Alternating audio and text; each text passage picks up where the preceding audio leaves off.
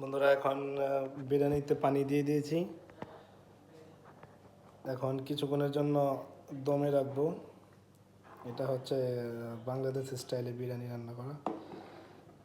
আমি একজন বাংলাদেশি, তাই বাঙালি স্টাইলে পাক করলাম। আজকে গরুর মাংস দিয়ে বিরিয়ানি পাক করতেছি।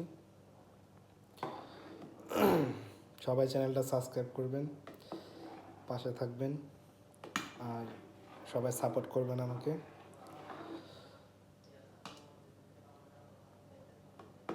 বিরিয়ানি রান্না হওয়ার পর অবশ্যই আপনাদেরকে দেখাবো কীরকম রান্না করলাম।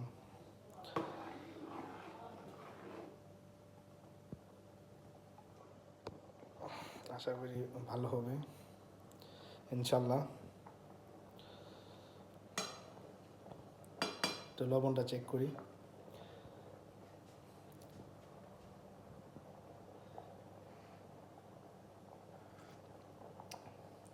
লবণ পারফেক্ট আছে, লবণ ঠিকঠাকই আছে।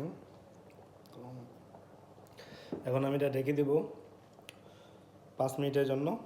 5 মিনিট পর আবার চেক করব যে এটা রাইসটা কতটুকু হলো।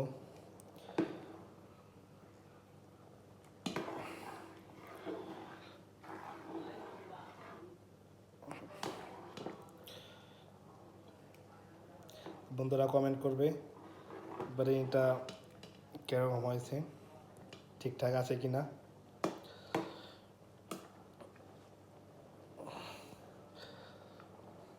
হয়তো অনেকে বলতে পারে তেলটা বেশি হয়ে গেছে, আসলে পানি দিচ্ছি সেই জন্য আর কি তেলটা উপরে আইসা পড়ছে।